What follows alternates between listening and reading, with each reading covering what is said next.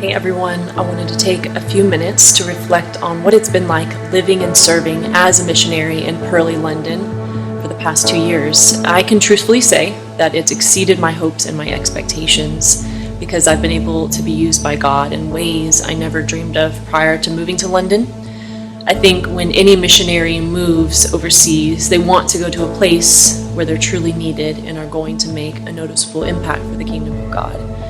I have certainly found that to be true from my own experience and have found a lot of joy and fulfillment getting to meet both the physical and spiritual needs of people in our church and in our community.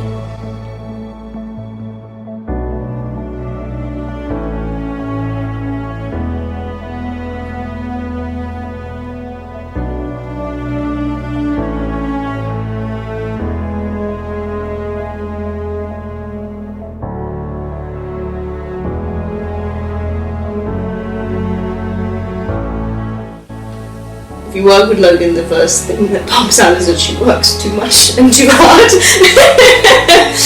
And the interesting recognition that recently is in like Jack's case, she's had to take a step back, and the recognition that she always pushes herself within the limits of what God's calling her to do. Like, she doesn't just do everything.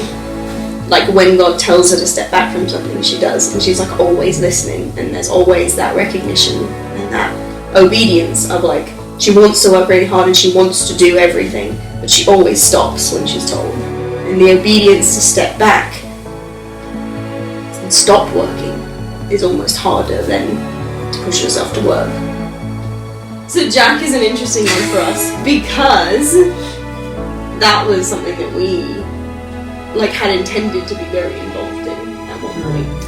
And there was this realization at some point where like we were just like, this is Logan's good at it. Yeah, but also like this is just not the ministry that we're called to. This is Logan's. Logan holds this. This is a space that God has given to her. And so it's sort of that recognition that like, sure, other people could do these things, but they wouldn't be called to it in the way that Logan is, and so they wouldn't do it as well. And they wouldn't fulfill God's will in those things as well as she does. So I think it's quite an exciting time really at the Lane at the moment. The church, I've been around it for years and it's been up and down, it's had its moments, but I've never seen it so low as it was 3 or 4 years ago. It was really struggling and down, and we just didn't have the resources to reach people. But it's good now to see things happening, see things changing. But I think there have been really good things that have happened. I think that Logan's come in and helped with the worship and really transformed that and made that something different. Yeah, and with the kids club too. It's been good that she's been able to get alongside the children. We don't get many children, but we're hoping it will grow. And it's good that she's really taken to that and is interested in the children and their lives, and is really getting alongside them and helping them. One of the things that's impressed me as well has been how much I've seen Logan grow as she's done this. It's great, she's come to help us and that's good, but I think she's been helped as well because I've seen her grow in her abilities to lead worship, and I've seen particularly her grow in her abilities as a leader. When something goes wrong, she's now much more able and confident to step in and do things, and that's been a great help to us. That's been really good. Yeah. So the last few years have been, certainly the last 4 years have really been a time of change. We've been really grappling with the notion of how do we reach a community that doesn't know anything at all about Jesus, in daily life doesn't actually really care either. So we've been looking at how do we reach out to this unreached people's group that we find ourselves in the centre of.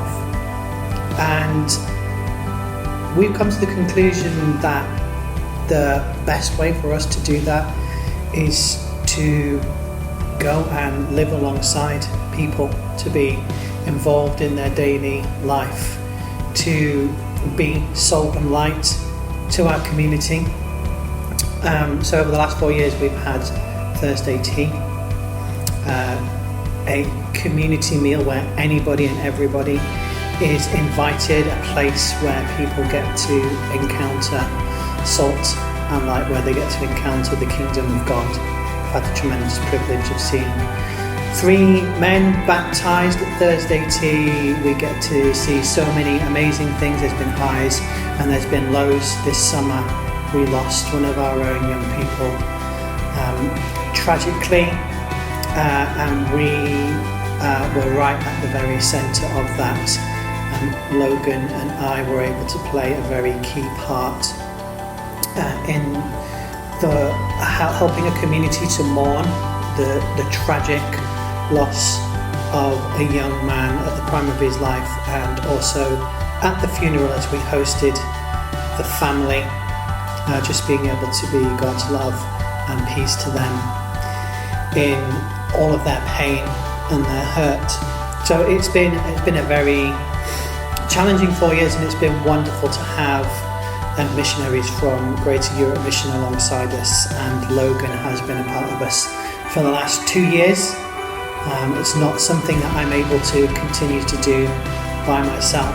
It needs people who, like Logan, are able to be here on a permanent basis and come alongside me in ministering to our community, sharing the grace, truth and love of Jesus. I have been so grateful to each of you for how you've believed in my ministry here, and how you continue to respond by giving generously, and have continued to love and encourage and pray for me. God has truly blessed me with an amazing team of people who believe in the Great Commission, and in the people of Pearly hearing about the transformational grace, truth, and love of Jesus. So in honor of Giving Tuesday, which is on the 3rd of December, would you consider giving an end-of-year gift so that I can continue to minister to the people I have grown to love so much here? I believe with all my heart that God is doing something amazing in the life of our church at Old Lodge Lane Baptist Church and in our surrounding community, and I'm so grateful and so honored that I get to be a part of it.